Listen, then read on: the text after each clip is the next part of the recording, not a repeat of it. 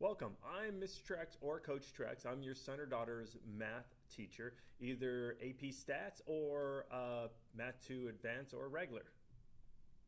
So this year is going to be very interesting. So let's go ahead and jump into how Canvas works within my class. That's where I use everything. But first, grading is only in areas. So whatever you see in Canvas is not their grades. I use it as a shell to keep track of any papers that they hand in over the course. I have them hand in their notes for whatever we do that week, sometimes twice. Any work for tests and quizzes. Now all my pages are set up the same. The very first page has the link for Zoom that they will log into. This may change over time where I may make periods for each class, but right now we all use the same link. Off to the right here, you have week 1, 2, 3, 4, depending on what week we're on. They just click on that week and it will tell them exactly what we're doing that week. So here we have 2-1 notes. They have a homework in 2-1 Pearson. That was the very first week of school. A lot of times if this is a regular math class, there's 2 homework assignments and 2 notes that they have to submit.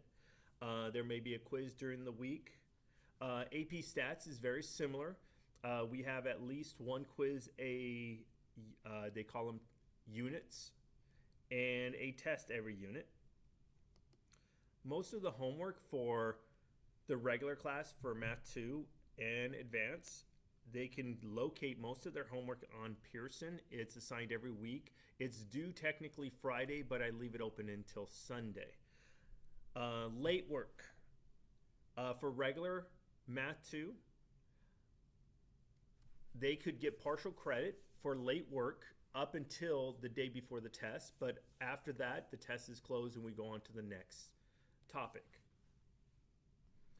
Now for help for both my advanced, regular, and Math 2, if they go over here to the modules,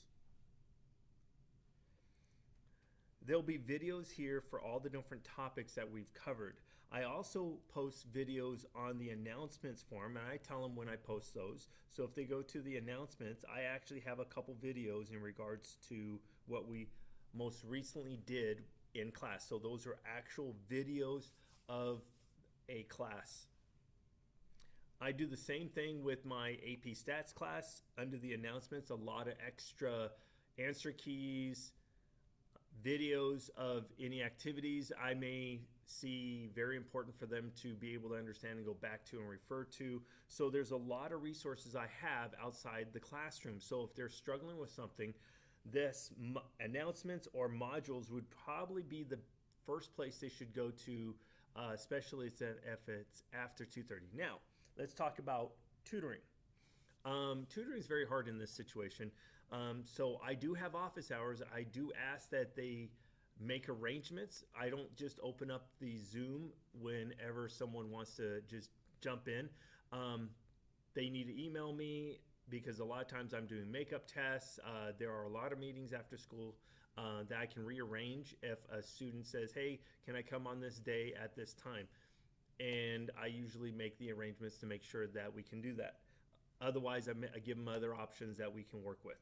Most of the time, if they're working on their homework and they're trying to figure things out, the announcements and the module tab is 2 great places for help. Also, they can go on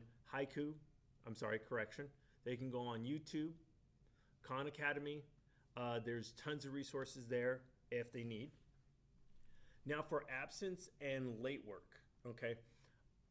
If they're absent, they should be giving me some information that they are absent and that they're going to be turning something in late so I don't penalize them. Now, if we're coming up to the test, it needs to be in before the test for sure.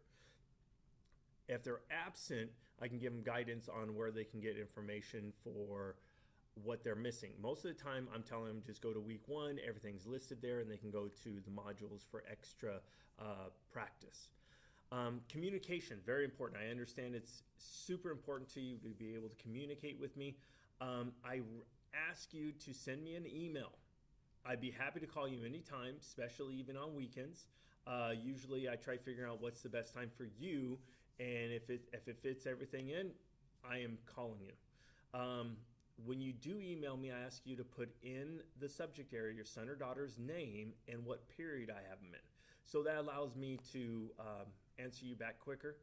Especially with 200 students, it's actually a lot easier when I know what period they are and where they are within that period.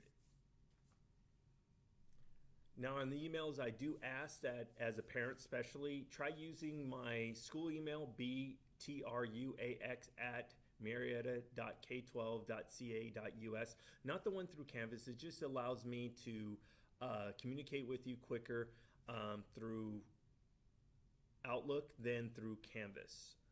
Looking forward to working with you this year. Reach out anytime you need any assistance, and have a great year.